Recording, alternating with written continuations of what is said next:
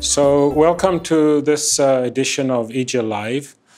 I have with me Dr. Doreen Lustig, who is a board member of the European Journal of International Law. And what I thought of talking to you about, welcome, you have recently become appointed as on a tenure-track lectureship at the University of Tel Aviv Faculty of Law. And I want to have a little chat of the transition from being a doctoral student and then from 1 month to the next, suddenly finding yourself as a lecturer with classes, with seminars, with exams. How did it go? How did it feel? What were the challenges? Describe the experience.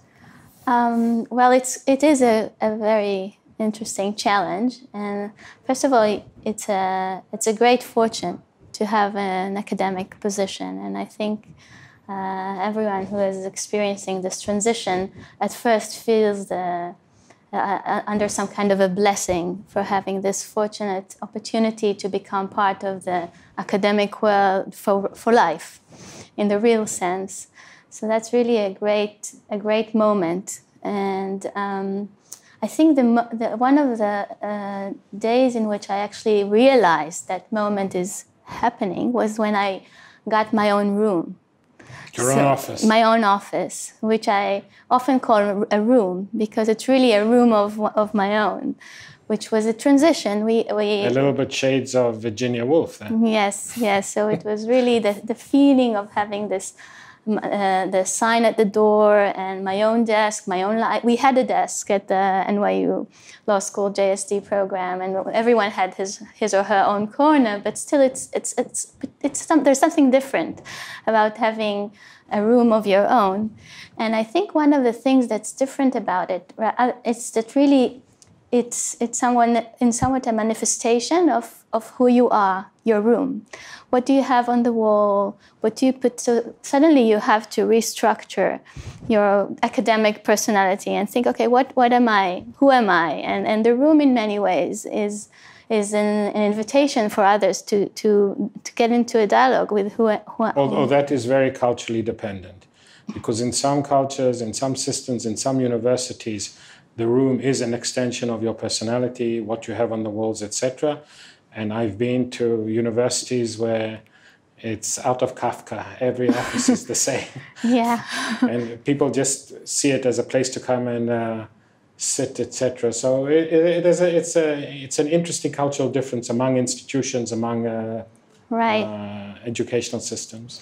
Right. And I think that the interesting aspect about it, at least for the Tel Aviv Law faculty, is that it's a room in a building. So you're no longer at a desk with others, shared space, but you are in a very particular kind of shared space where people sometimes sit behind closed doors and reflect and do their research, but oftentimes walk from one room to the other and engage in a conversation. And so it's really becoming a real academic in the real sense is not just entering to one's own room, but actually entering into this building, into a new community. And it's a different community than the student community. So you need to really navigate your way. Who are you now in that new community? What was the most difficult part of this transition experience? The one that you felt most challenging, most uncomfortable, the most difficult one? The one that you're glad that it's over? If there was such. There were a few, well, I guess there were a few firsts that were pretty challenging. So the first faculty seminars during which I was silenced, just trying to understand the rhythm of the thing, what kind of dialogue is taking place, am I to intervene, or am I... So you're kind of moving from the back seat to the front seat. So you can no longer be an audience. It's just not the way this is going to be. You have to take part. And for me, which I'm relatively shy, but I actually realized there's no real choice here. I have to participate. It's really part of the calling. It's part of what you do. It's really not collegial. It's not, if you're not doing that, then part of being intellectual is just lost. So I just had to kind of get the nerve and get inside and get into the discussion. So it took me quite a while to do that. But and that was more intimidating than, say, your first class, your first lecture, your first seminar? No. I don't think it was a good competition with the first class. Yes, the first class was really very, and I think teaching, the transition from being a student to a teacher, from being someone who's focused on a very particular field, on a very particular corner of that field, and being an expert, but still being somewhat guided by someone else and mentored, and you always can come to someone and ask for advice. Being a teacher is different because you have, and it's a wonderful constructive experience because you actually have to argue in some ways. The syllabus is an argument of what you think of the field. So what is the field? What it is comprised of? What is international law in general, not just my own particular interest?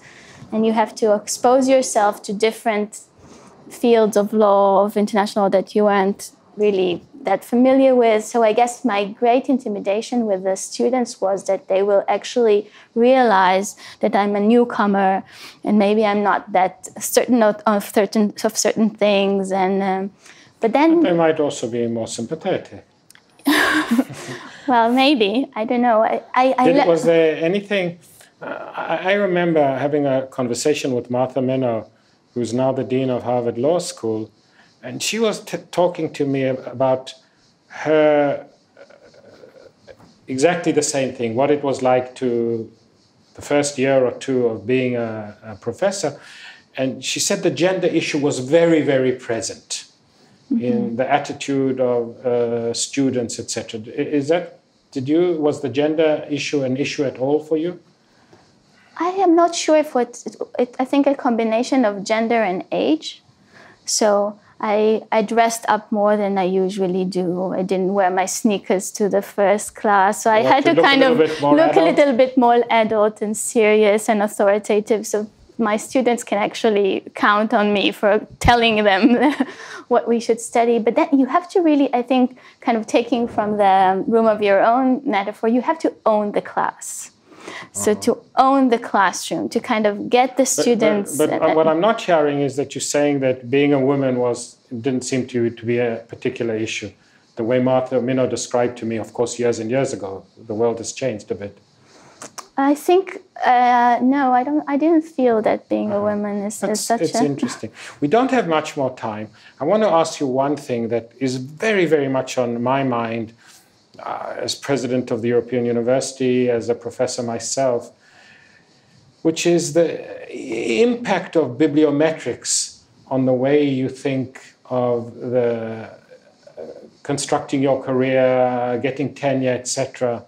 Do you feel this pressure of bibliometrics? I have to have so many articles, so many citations, so many index, impact factors, H factor, etc. Something that when I started my career, people read your work and decided whether it was interesting and thoughtful or not, but nobody asked how many times it was cited and in what journal it was published. They just read the work. So there is pressure. I think the pressure is not only from the inside the law school. It actually external to the law school. It has to do with who runs the university and what kind of inclinations they have. If they are more scientifically the economics or kind of mathematics kind of scientifically oriented, then they run the university. So that would pressure the law school towards that kind of presentation of its qualities, whereas it's not only always the case if you have a different kind of personalities running the show.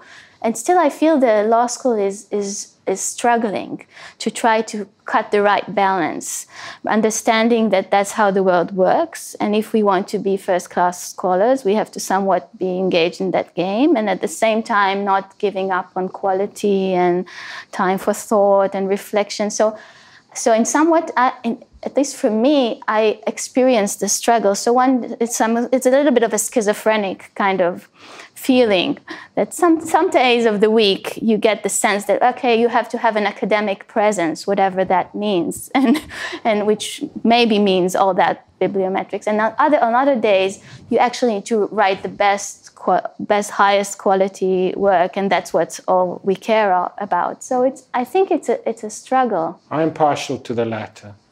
Writing a first-class piece of work, even if it's esoteric and hence will not be cited by everybody, is to me still of supreme value. I want to thank you, Doreen Lustig. Thank you. Thank you very much. And congratulate you on the appointment, and wish you a great career, both with great bibliometrics, but especially with really fine scholarship. Thank you very much. Thank you. Thank you very much.